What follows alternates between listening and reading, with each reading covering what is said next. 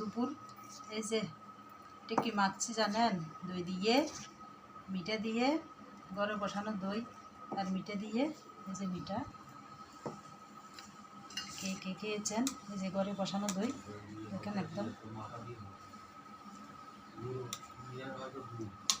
দই একদম মিঠা, মিঠা দিয়ে, লবণ দিয়ে, এরকম গুড় বা মিঠা যে যেটাই বলেন। এই যে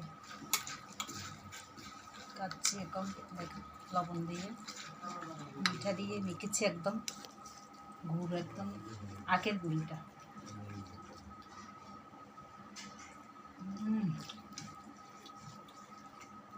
মিঠা দিয়ে এখান গুড় দিয়ে, এরকম আখের গুড় দিয়ে, এই ঘরে বসানো দই দিয়ে দেখেন। গরমের মধ্যে একদম দুর্দান্ত।